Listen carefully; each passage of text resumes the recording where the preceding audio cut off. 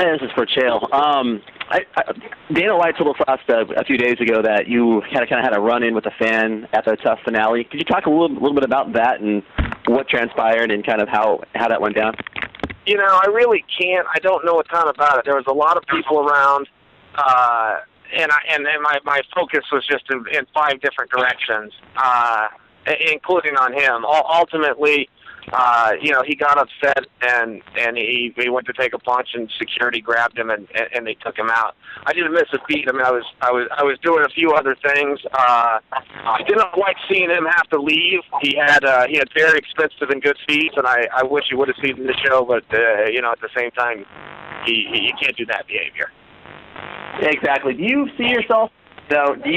I know you don't want to become a target, but obviously you're very well spoken and you can promote, and sometimes I guess maybe in this case it rubs someone the wrong way. Do you ever think about that perception that maybe some people have of you? Well, I don't promote fights, but I do pick fights, and yes, I do. I am well aware of that perception, and I enjoy it.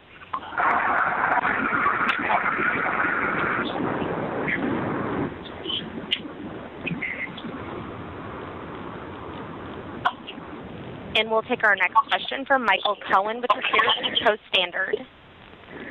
Hey, this question is for Jon. Jon, this is about as close as you can get to fighting in your home state. You know, what would it mean if you could ever eventually fight in New York and have your home fans see you up close? Oh man, Madison Square Garden is it's like the mecca place for fighting, I believe. You know, like Muhammad Ali got to fight there.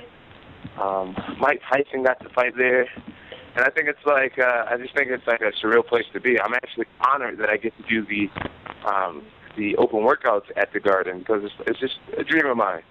So to fight there, it will mean a lot to me, and I can't wait for the possibility. With the success that you and your brothers have had, what's the support been like in the central New York area with all the ties to Syracuse and Binghamton and Rochester? Man, it's phenomenal, man. It's surreal. You know, sometimes I don't think I realize how much support we have. You know, I don't really. You know, it's huge. You know, it's bigger than I'm able to like stop and realize. And it's a great thing. You know, I think when I retire from fighting, I'll open a gym probably in the Rochester area because it is where I was born, and I think I have a pretty successful program. So yeah, it's overwhelming. You know, Syracuse working heavily, so I get the football fans supporting me, and they get MMA fans. It's a lot of cross marketing going on between me and my brothers. And last one, real quick, Jon. You know, this is the time of year again where the state assembly has that chance to pass the vote. You know, and you know, there's been talk of that Madison Square Garden fight in November. What's your thought process this time around? You're really hoping this is it?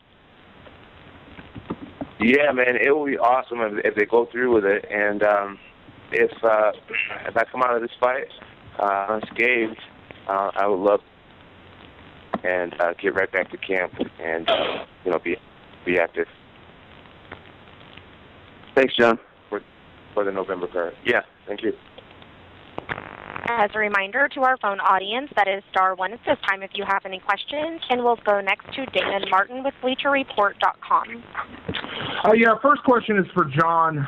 You know, Jon, throughout your career, you really avoided getting into emotional battles with your opponents, no matter how much they tried to goad you in, outside of maybe Rashad Evans, and we kind of know why that happened.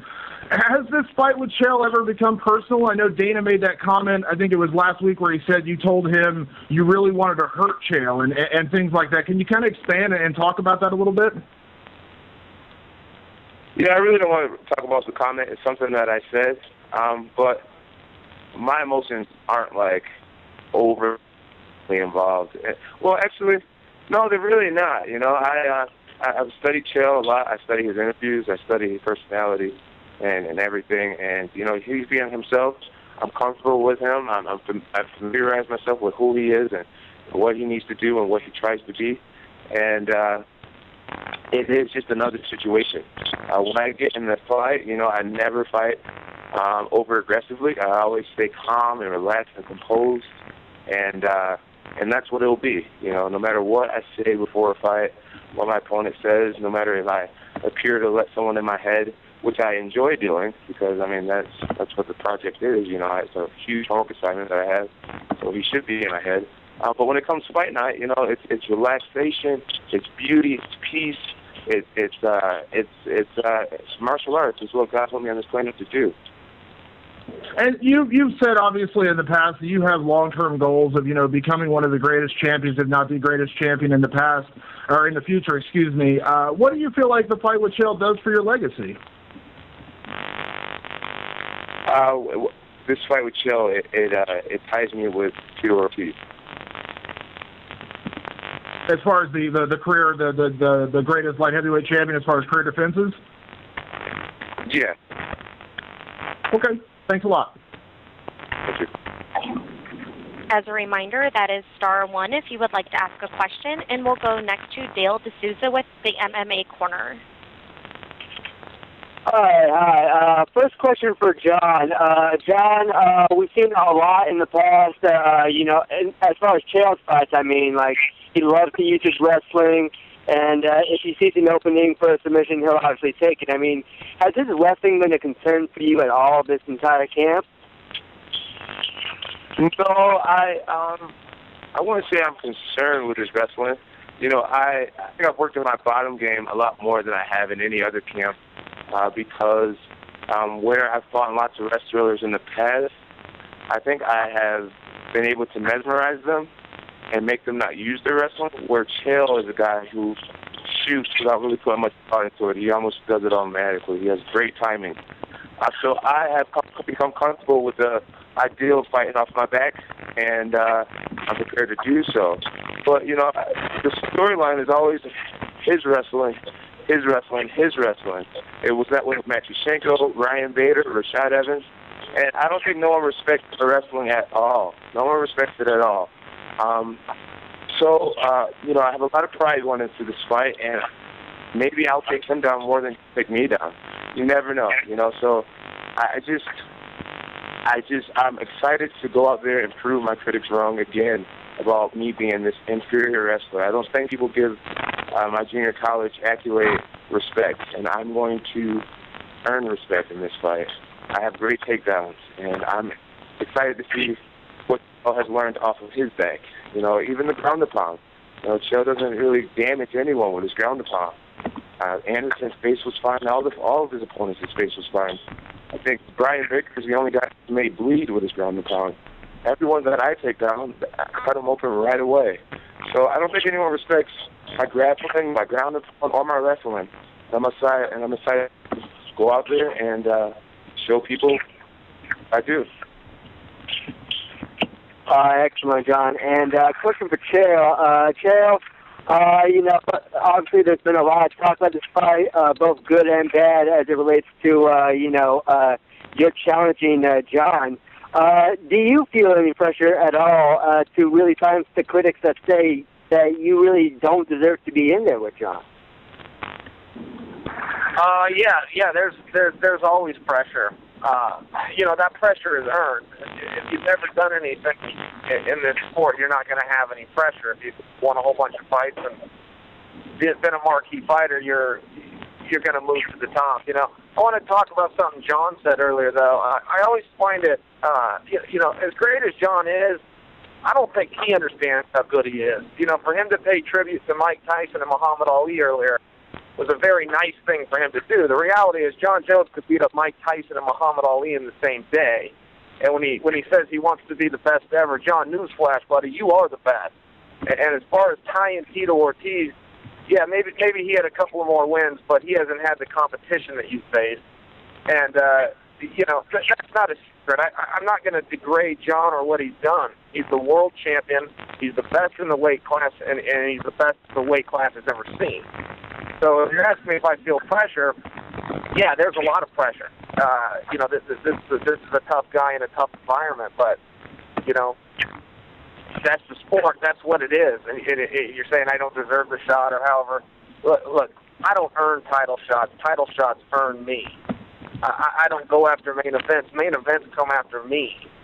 And that's it. And whether I earned it or not or deserve it, I'm a Republican. I don't talk in those terms. I take what I want, and that's it.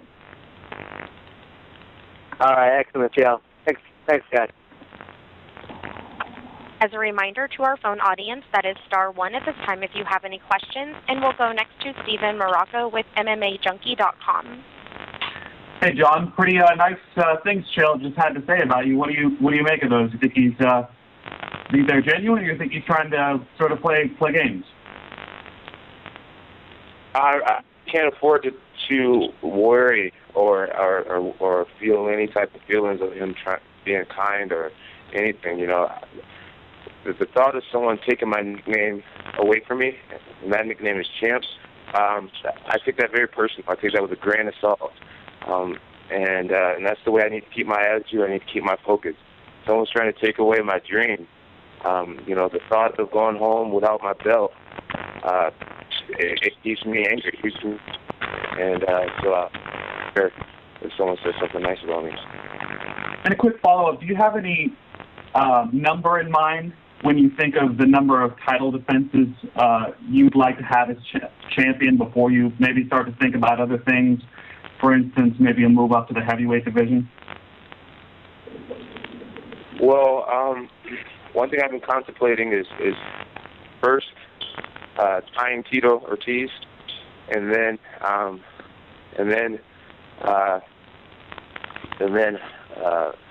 establishing that record of the most wins in my next fight, maybe in November, and after that fight in November, entertaining super fights and heavyweight fights.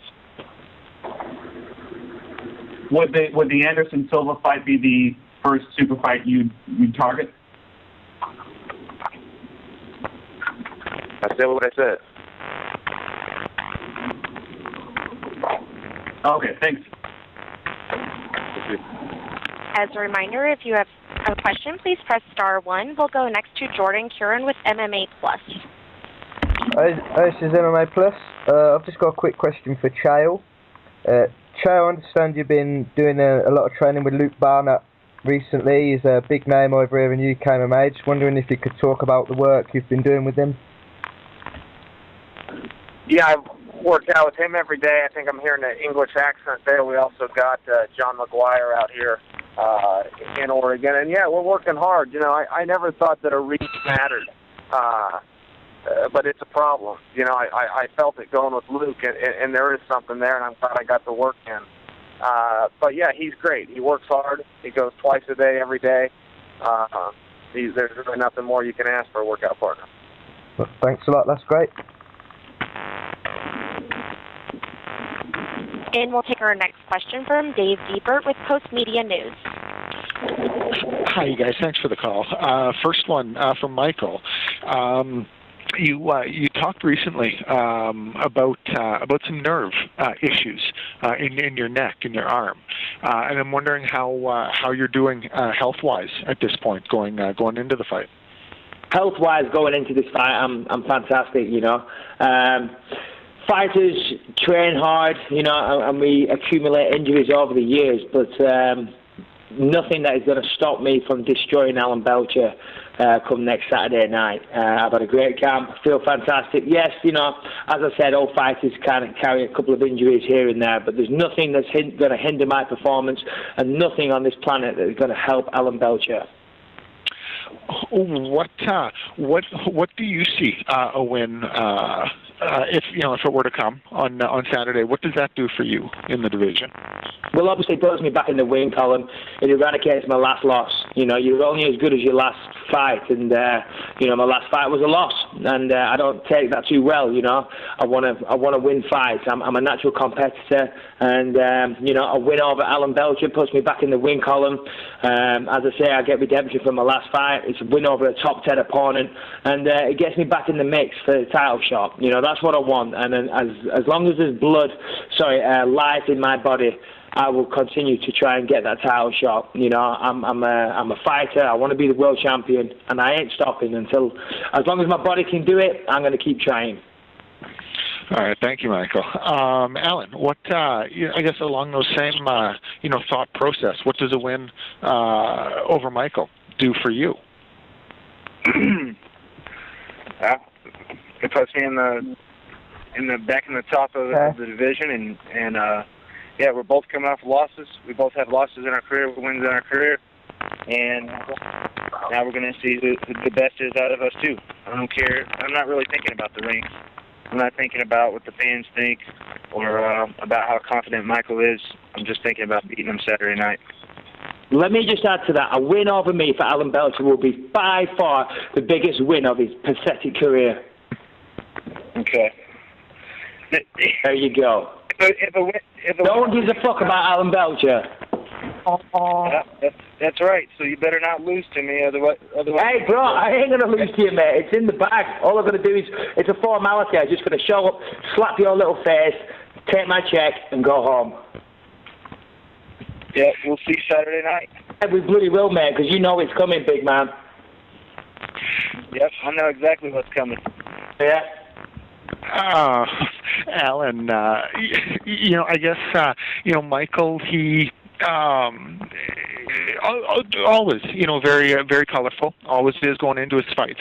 Is it going to be difficult, you know, separating, you know, any emotions, you know, and staying calm in the cage and not letting, you know, any lingering emotions affect you? The question for me? Yeah. You're using too many big words there. You got to simplify it for Alan. Yeah, no, it is emotional for me, and that's whenever I perform at my highest. I have the most pressure on me. I'm the most nervous for this fight ever. The only fights that I've ever lost are the fights that I wasn't very excited for. So this one, I want it worse than any fight in my whole career, and I'm focused on it, and I'll perform at my highest. Okay, thanks. And if I could, just one quick one for Chael. You mentioned earlier how you think Jon. You know, I don't know if you were talking just the light heavyweight division or overall when you said best ever. But you know, you've looked at him a lot leading up to this. You've been in the cage twice with Anderson. Who's the better of the two? You know, it's a tough sell, man. You know, look, here's the reality with Anderson. I stomped that guy. And you can pick up his little arm as many times as you want and call him the winner, but the fact is I whipped his ass for 30 minutes. He got the jump on me for less than 30 seconds. He never knocked me down. I fell down. They say Anderson's the best pound for pound. He's not the best round for round.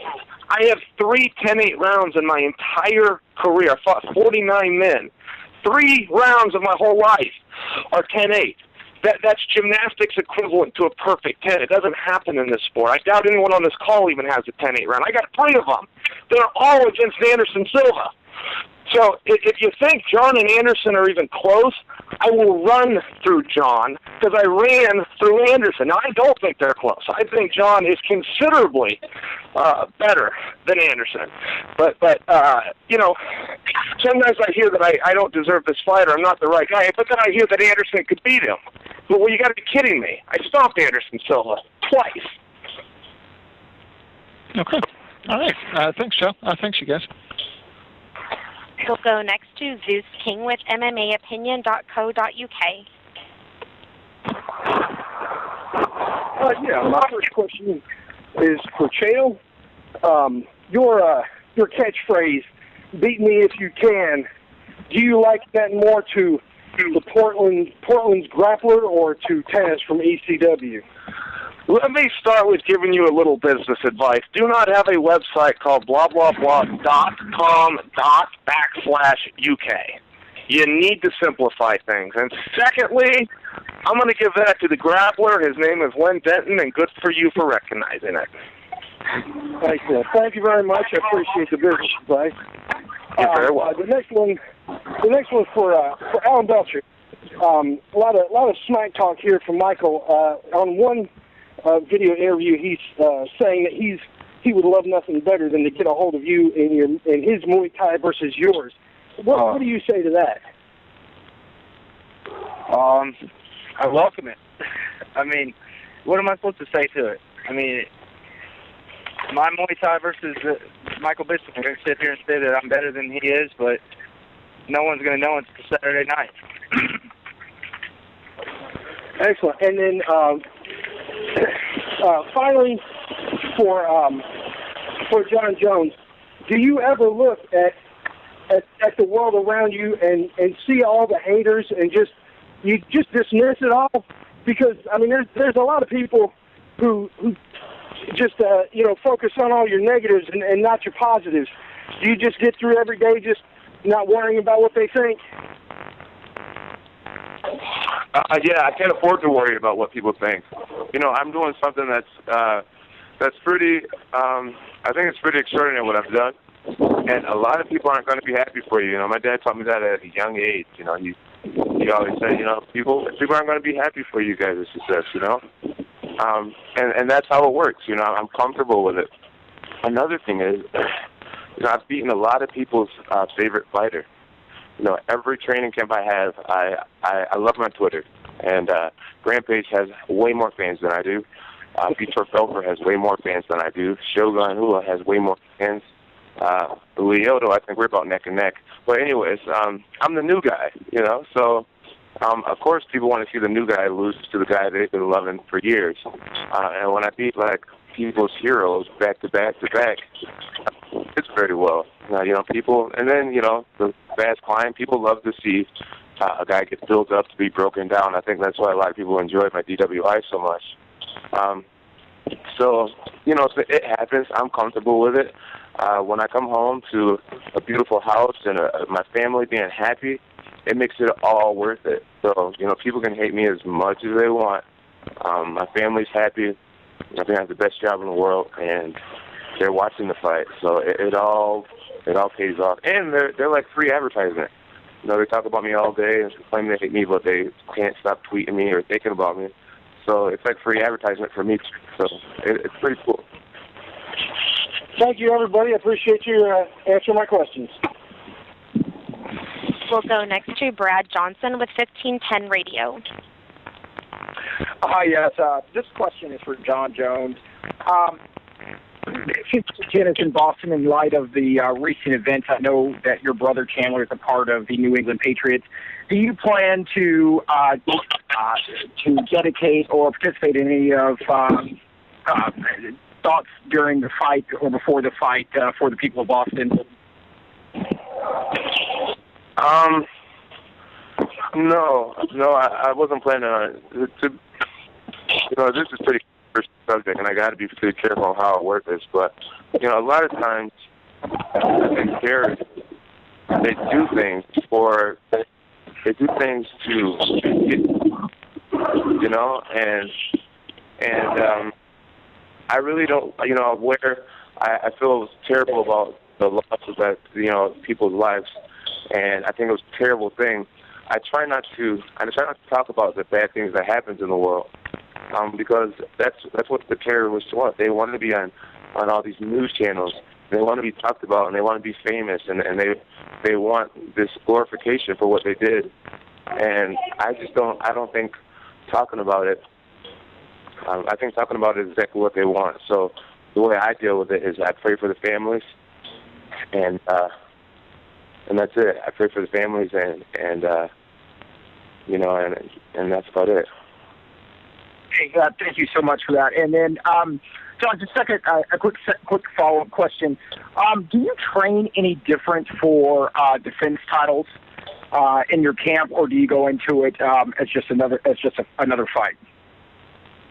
I go into it as it's just another fight. I feel like I've had the toughest work schedule out of anyone in the UFC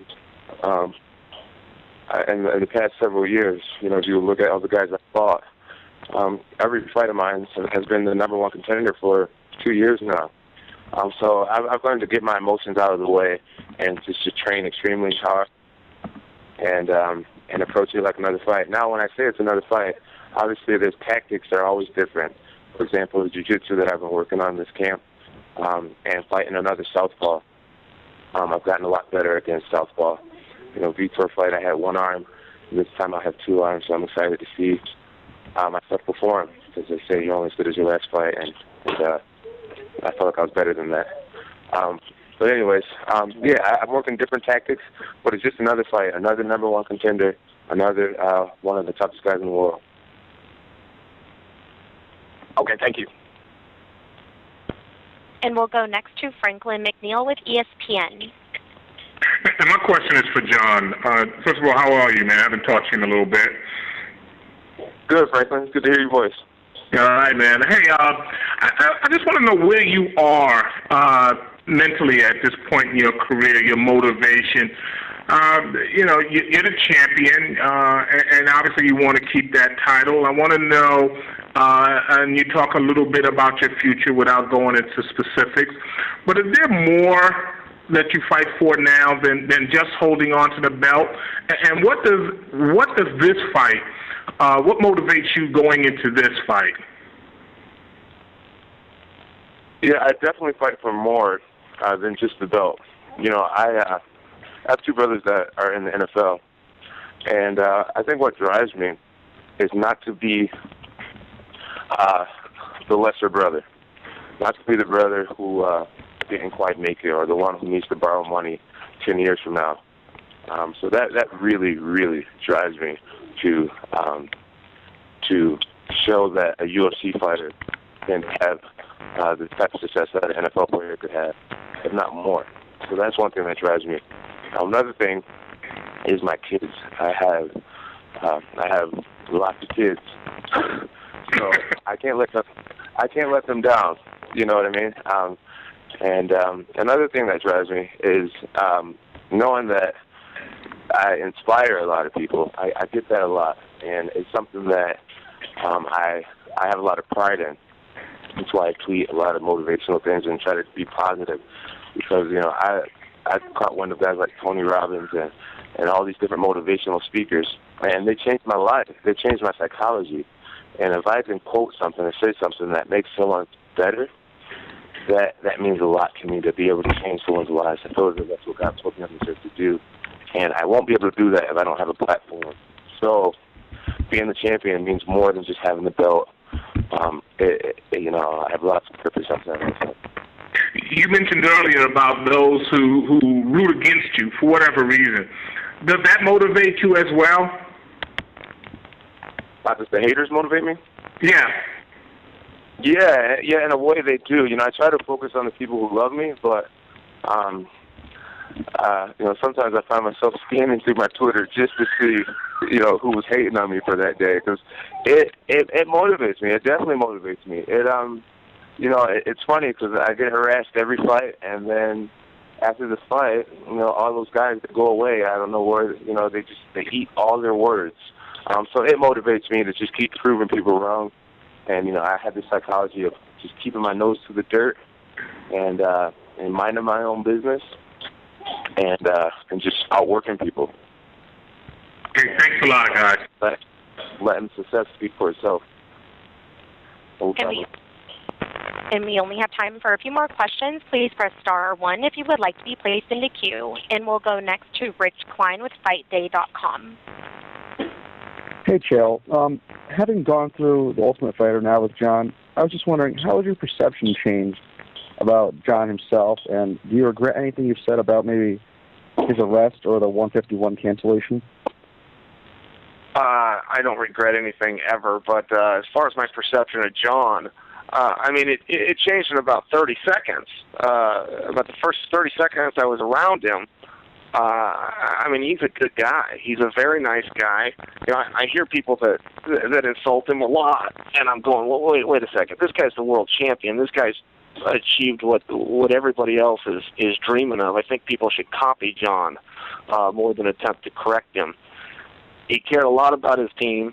He took coaching very seriously. He was on time every time, and he inspired a bunch of guys that really needed it. He threw it.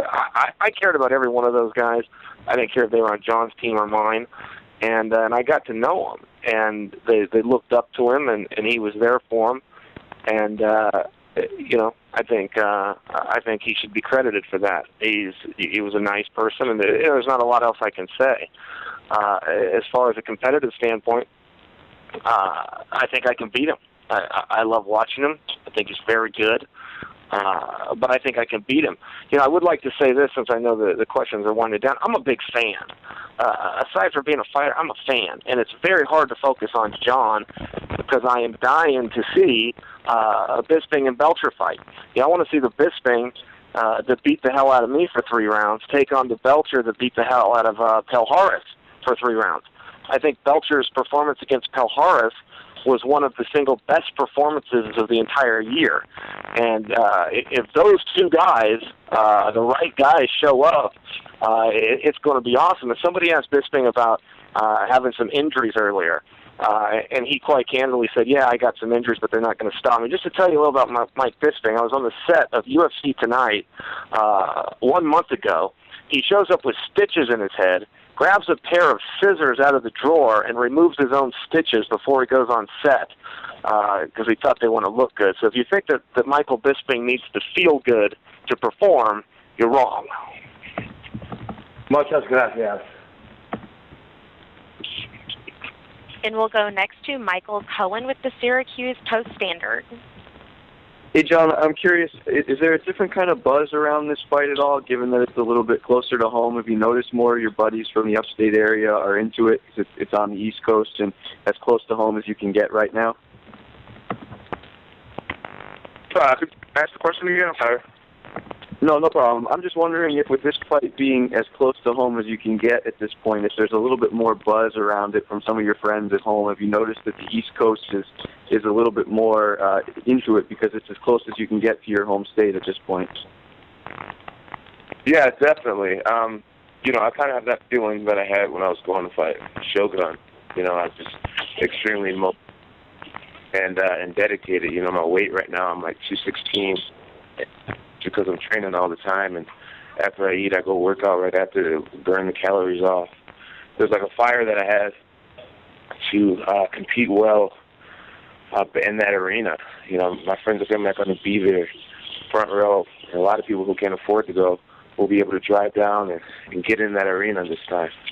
So yeah, I have not pressure, but I have an eagerness to compete at a really high level. A lot of people say, I want the Jon Jones that fought against Shogun to come back. And I'll be in the same arena, so I'll try to put that same energy and effort into just attacking and being aggressive and being smart and competing clean and nice and dominant. Thanks, Jon. That does conclude our question and answer session. I would now like to turn the conference back over to Steve Keogh for additional or closing remarks. Thanks, Amber, and I want to thank all the fighters and media for joining the call today. Before leaving you, I just want to quickly review Fight Week schedule and remind you that full details are available on UFC.com.